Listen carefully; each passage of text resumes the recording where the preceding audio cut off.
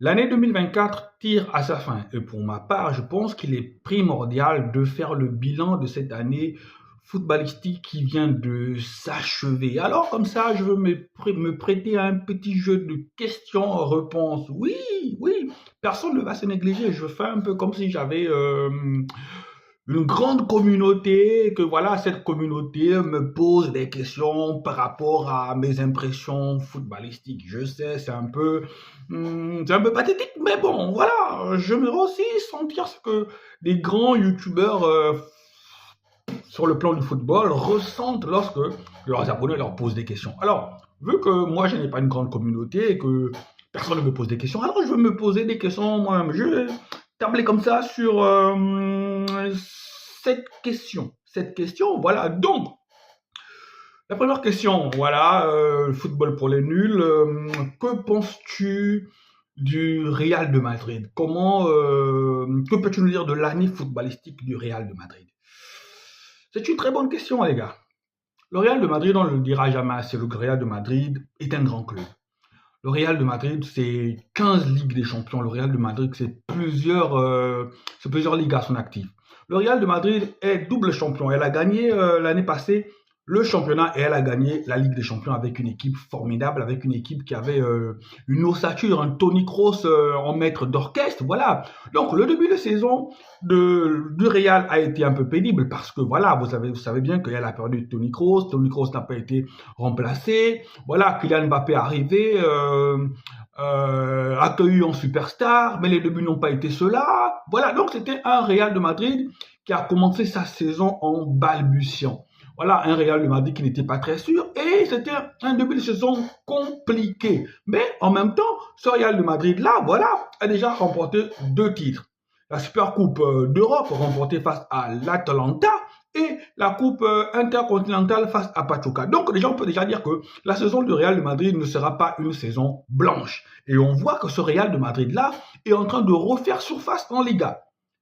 Elle est en train de refaire surface en Liga. Elle est repassée deuxième des Ligas. Comme Kylian Mbappé l'avait dit dans une interview, le Real de Madrid, c'est très fort en deuxième moitié de saison. Je pense que c'est vraiment ce qui va se passer. Le Real de Madrid va se réveiller parce que Kylian Mbappé retrouve ses sensations. Vinicius est toujours égal à lui-même. Rodrigo revient bien. Bellingham aussi, qu'au début de saison, on ne retrouvait pas le Bellingham de la saison 2023-2024, c'est un Bellingham aussi conquérant et convaincant qu'on est en train de retrouver. Donc, pour ma part, ce Real de Madrid-là, plus on va avancer dans le temps, plus on va se rapprocher du money time, plus on va se rapprocher des matchs les plus importants, et bien ce Real de Madrid-là va se mettre en mode rouler compresseur, ce Real de Madrid-là va se mettre en mode survie et pour ma part, je pense que Ancelotti n'aura même plus besoin de parler. Il aura juste besoin de trouver son équipe type, il les met sur le terrain et les gars feront le boulot.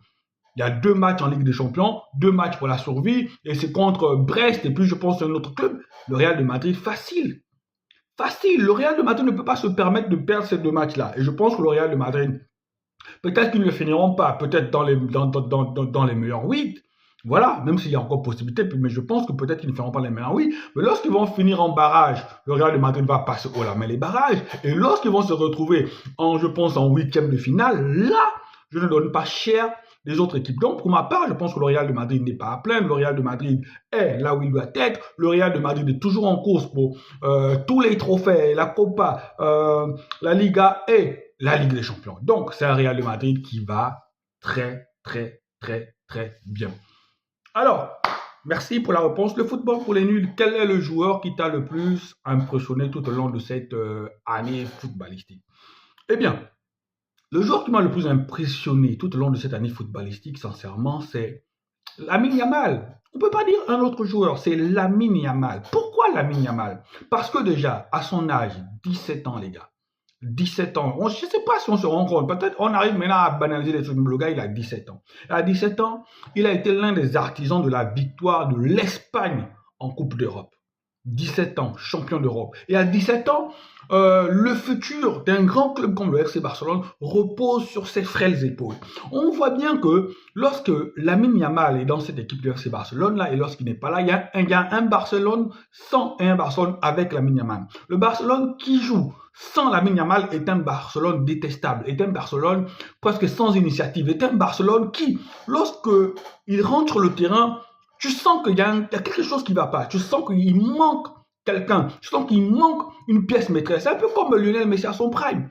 Il y avait un Barça avec et un Barça sans Lionel Messi. Lionel Messi à son prime, bah, ne pouvait pas se passer du Barça. Donc c'est la même chose avec Lamine Yamal. Donc, ce qui m'impressionne, c'est qu'à 17 ans, ce gars-là porte un club avec 150 ans d'histoire. Un grand club comme le FC Barcelone, 150 ans d'histoire, repose sur les épaules d'un gamin de 17 ans. Et il répond présent. Il répond présent. C'est un joueur d'avenir, c'est un joueur qui, dans le futur, peut avoir des ballons d'or, raison pour laquelle le FC Barcelone l'a blindé, clause libératoire, 1 milliard d'euros.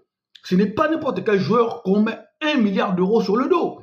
Ce n'est pas n'importe quel joueur, c'est que si on met 1 milliard d'euros sur le dos d'un joueur, d'un gamin de 17 ans, c'est parce qu'on sent qu'il y a du potentiel. Maintenant, le bémol, c'est quoi? Il ne faudra pas que Lamine Yamal connaisse un destin à la Ansu Fati. Parce qu'Ansu Fati aussi, quand il est arrivé, même si ce n'est pas la même hype, même si ce n'est pas le même truc, mais Ansu Fati aussi, quand il est arrivé, il portait les espoirs du FC Barcelone. C'était sur lui qu'on voulait faire reposer les espoirs du FC Barcelone. On lui a donné le 10, donc on lui a mis trop de pression.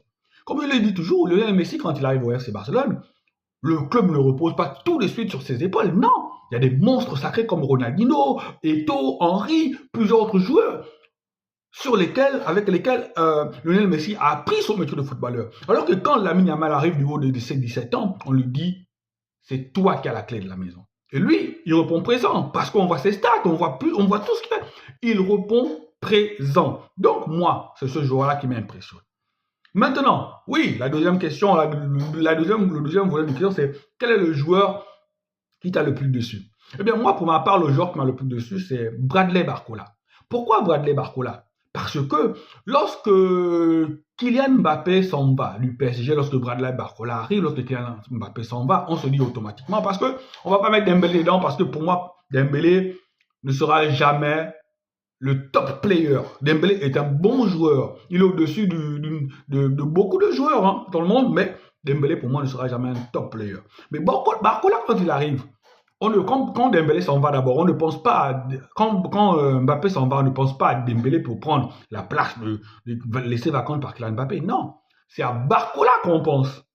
Donc Barcola, il m'a déçu parce que si en Ligue 1, il fait ses stats, si en Ligue 1, voilà, il fait ce qu'il doit faire. Mais on attend plus aussi de Barcola sur le plan de la scène européenne. Et sur la scène européenne, je ne sais pas pour vous, mais pour moi jusqu'à présent, Bradley Barcola ne me convainc pas. Bradley Barcola ne fait pas ce qu'il faut. Bradley Barcola ne met pas ce PSG-là à un certain niveau. Bradley Barcola est parfois transparent face à des équipes dont le niveau est très faible. Oui, vous allez me dire peut-être que oui, Bradley Barcola n'est pas le seul. Non, mais quand tu veux être un top joueur, quand tu veux jouer dans la cour des grands, tu dois être le joueur-là qui, lorsque tes coéquipiers ne sont pas au niveau, eh bien, toi, tu dois prendre tes responsabilités. Toi, tu dois prendre la décision d'amener le club à un autre niveau. Donc, le joueur qui m'a le plus impressionné, c'est Lamine Yamal. Et le joueur qui m'a le moins impressionné le plus dessus, c'est Bradley Barcola. Ah. Donc, on me dit, l'autre question, c'est penses-tu que le PSG pourra se qualifier pour les barrages? C'est une bonne question. Le PSG pourra-t-il se qualifier pour les barrages? Eh bien, le PSG, est-ce qu'on peut dire que le PSG a l'effectif pour se qualifier pour les barrages? Oui, le PSG a l'effectif. Le PSG a l'effectif pour se qualifier pour les barrages. Mais il faut que le PSG puisse avoir envie de se qualifier. Parce que parfois, vous savez, le football, c'est pas forcément parfois le talent, c'est pas parfois forcément avoir les grands noms. C'est avoir la cohésion, l'esprit d'équipe et avoir la hargne. Ce que les Anglais appellent le fighting spirit. Parfois, en Angleterre, vous pouvez voir une équipe qui n'a pas de talent, mais parce qu'elle a l'esprit combatif, parce qu'elle a envie d'atteindre un objectif, eh bien, elle se met au diapason, elle se met au niveau. Le PSG n'est pas encore mort. Le PSG a 2 matchs pour accrocher les barrages. Et là, Manchester City qui n'est pas un Manchester City des grands jours, qui n'est pas un Manchester City qui joue le plus beau football, qui n'est pas un Manchester City de gala. Donc, est-ce que le PSG va se chier dessus? Est-ce que le PSG va souffrir d'un complexe d'infériorité? Parce qu'on sait le plus souvent que lorsque le PSG rencontre des équipes un peu plus aguerries qu'elle, voilà, le PSG a tendance à se chier dessus. Est-ce que les joueurs du PSG qui sont actuellement dans ce PSG-là auront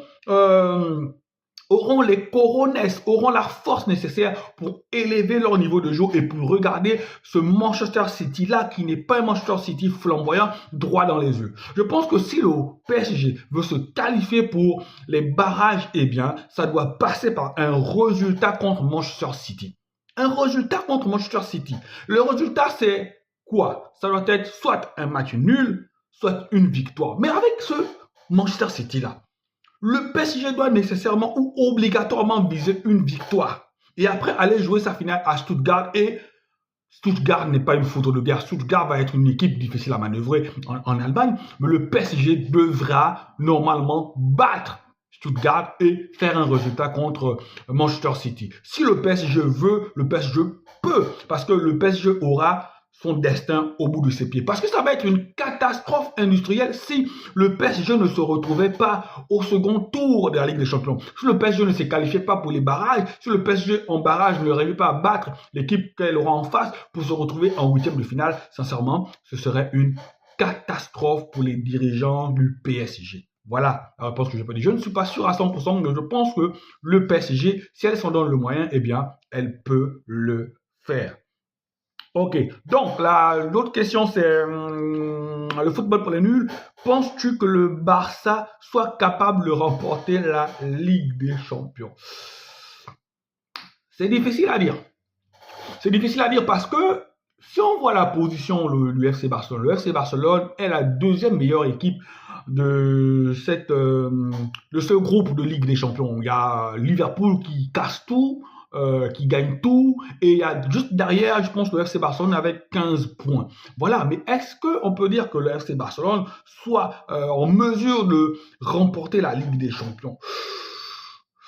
Cette question est difficile, parce que quand tu regardes le match contre le Real de Madrid, quand tu regardes le match contre le Bayern de Munich, s'il n'y avait pas eu les défaites contre Leganés, Osasuna et Las Palmas, s'il n'y avait pas eu la défaite encore incompréhensible contre l'Atlético de Madrid, j'aurais pu dire oui, le Barça est armé pour gagner cette Ligue des Champions-là. J'aurais pu dire oui, le Barça est armé pour aller au moins en finale de cette Ligue des Champions, parce que quand tu es en finale, c'est pas obligatoire que tu puisses la gagner, mais j'aurais dit au moins oui, le Barça est armé pour aller en finale. Maintenant, s'il faut faire une dissociation entre le championnat, donc la Liga et la Ligue des Champions, je pense que en ce moment, aucune équipe ne se détache véritablement. Même Liverpool qui gagne tout, c'est parce que je pense que voilà, bon, elle a affronté le Real, et je pense que c'est peut-être très très gros. Mais je pense qu'aucune, à l'instant T, au moment actuel, au moment où on en parle, on ne peut pas déjà déterminer l'équipe qui pourra gagner la Ligue des Champions. Mais il y a des favoris naturels. Liverpool est favori, le Real, même si elle est au fond du trou de la galère, est favori, le Bayern aussi, naturellement le FC Barcelone rentre parmi les favoris. Maintenant, ça va être l'envie des joueurs, comme je dis, la capacité. Mais je pense que c'est possible que le FC Barcelone puisse se retrouver au moins en finale. Parce que si une équipe comme Dortmund a pu se retrouver en finale, et on peut se retrouver avec une surprise. Parce que pour moi, le FC Barcelone ne fait plus l'unanimité en Ligue des Champions. Mais le FC Barcelone peut logiquement se retrouver en finale. Et si le FC Barcelone gagne la Ligue des Champions, ce ne sera pas un scandale. Si le FC Barcelone gagne la Ligue des Champions, ce ne sera pas un hold-up. Il y a une belle équipe, il y a une belle façon de jouer, une belle cohésion. Oui, quand cette équipe est dans un bon jour, elle peut faire mal à n'importe quelle équipe. Ça, c'est pas un problème. Donc, pour ma part, le FC Barcelone est tout aussi capable que le Real de Madrid, tout aussi capable que Liverpool, tout aussi capable que l'Inter de Milan de gagner la Ligue des Champions. Mais je ne serai pas catégorique en disant oui, le FC Barcelone est capable. Non, faut toujours parler avec des pincettes parce que le football est un sport imprévisible et il faut jamais faire des prévisions ou des analyses pour le futur. Voilà. Donc, Liverpool peut-il être champion en Angleterre? Cette question-là, c'est une bonne question. Est-ce que Liverpool peut être champion en Angleterre? Déjà, on va se calmer. On est simplement à la 17e journée. Donc, on n'a même pas encore fini la première phase, mais on est à la 17e journée. Déjà, à cette 17e journée-là, le Liverpool FC a une belle avance. Elle a virtuellement, je dis virtuellement parce qu'elle compte un match de moins que tous ses concurrents. Donc, elle a virtuellement, je dis virtuellement aussi parce que je me mets dans l'hypothèse où elle gagne son match en retard. Donc, elle a virtuellement 7 points d'avance sur Chelsea, 10 points sur Arsenal et 15 points sur Manchester City. Autant dire que Liverpool est en pole position pour remporter la Première Ligue. Liverpool est bien placé pour remporter la Première Ligue. Liverpool a le vent en poupe. Liverpool a un boulevard devant lui. C'est à Liverpool de capitaliser sur cette avance. Maintenant, on est en Première Ligue. Et en Première Ligue, les choses ne sont pas jouées d'avance. On a déjà vu une équipe remonter 9 points de retard. Mais est-ce que, et là, le premier poursuivant n'a que 7 points. Donc, pour ma part, Liverpool n'est pas encore à l'abri. Parce que ça va très vite en Angleterre. Liverpool est sur une bonne dynamique, mais Liverpool peut enclencher une dynamique négative. Et se prendre 3 défaites. Si elle se prend 3 défaites que derrière Arsenal ou Chelsea enchaîne 3 victoires, eh bien, elle se retrouve dépassée. Donc, soyons prudents. Liverpool est sur le chemin. Liverpool est une grande équipe. Liverpool maîtrise pour l'instant son sujet.